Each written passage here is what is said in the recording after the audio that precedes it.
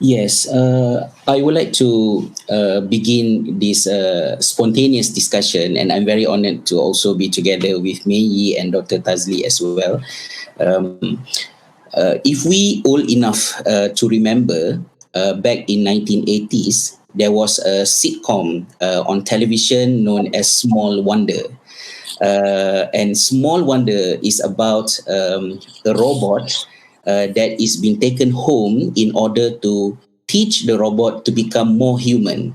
So the whole idea about Vicki, which is the robot girl, is to help the robot to become more human so that it will be more useful.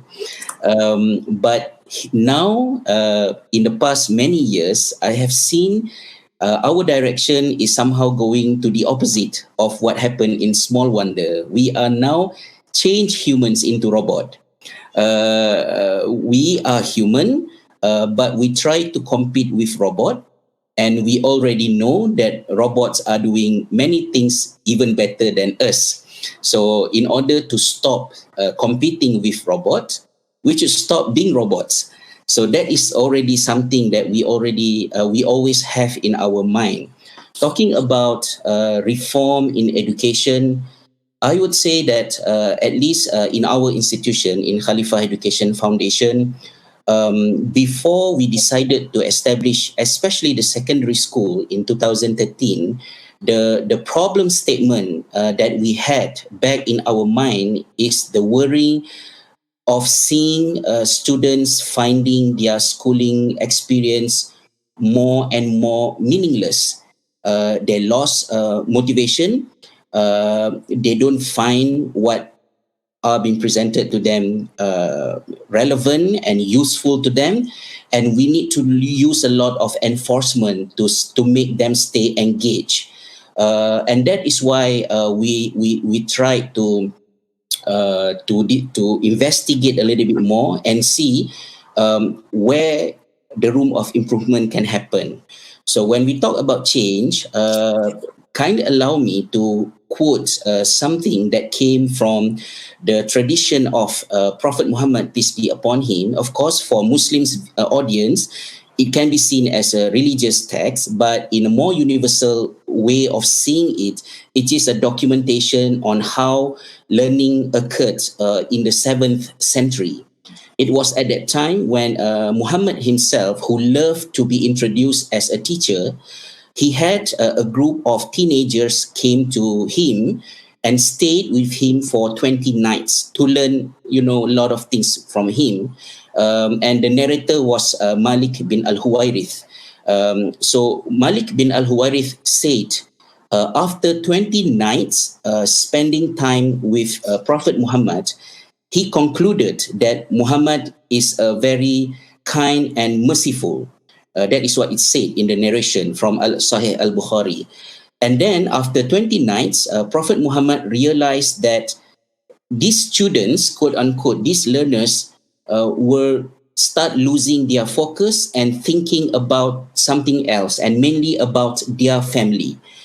So he asked them, who were you thinking about? Share with me. And then the students, Malik bin al-Huwairith and his friends said, well, we were thinking about so and so, so and so. So they told about what bothered them in their mind. So after listening to what these students said to him, Prophet Muhammad said, therefore, return home and continue, just return home and do whatever you learn with me now, go home and do that at home.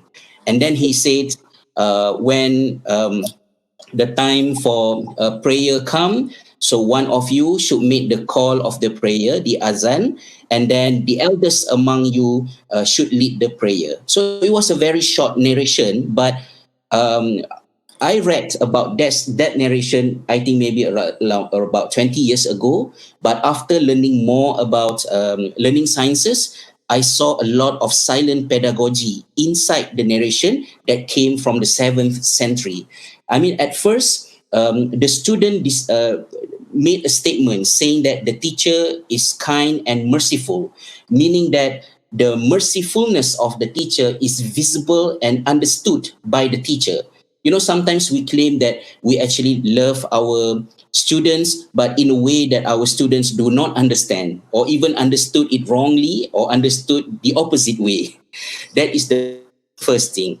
And then the second thing, it was something interesting when the teacher, Prophet Muhammad, paid enough attention to identify that the students lost their focus.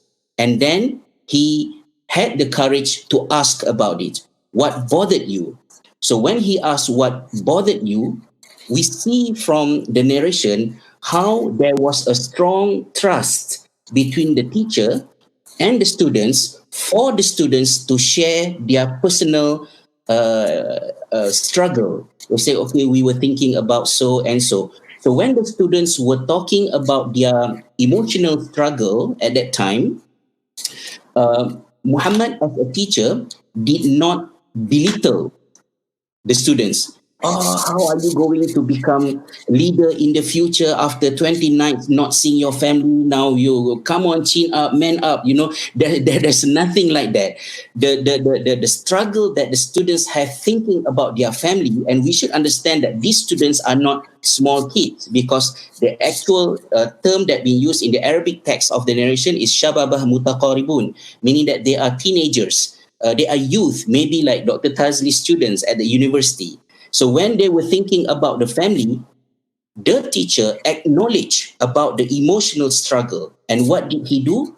He did not force them to be more patient and to finish whatever left in the curriculum. He said, okay, since you are already no longer here because you are thinking about your family, there is no point for us to continue with this setting. So please go home and demonstrate what you learned with me all these past 20 days. But Muhammad gave some guidance to the students. When you go home, who should call the prayer, and what is the guideline for the one who is going to lead the prayer.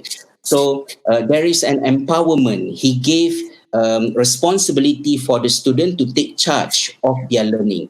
So this is one quick example. I hope I'm not taking too much time. I want to listen more from other panels, even more. But my point is, in the 7th century, it has been understood from this narration that um, learning or education is built upon relationship. When there is no relationship, there is no teaching and learning. Unless we got stuck in the paradigm of functionalism, of perceiving school as the national institution to create a group of workers serving industrial revolution. And I believe that that paradigm is obsolete. Either school or even at university level, it is no longer a place where we want to produce workers. We need to rehumanize. And therefore, talking about change, it is not something new for us. Even before COVID-19, we were already engaged in a lot of discussion around this topic, because we believe that we need to change. And now it is no longer an option. Everyone need to come on board and be together to make the change happen. So that will be my first response to the question that you said just now. Thank you.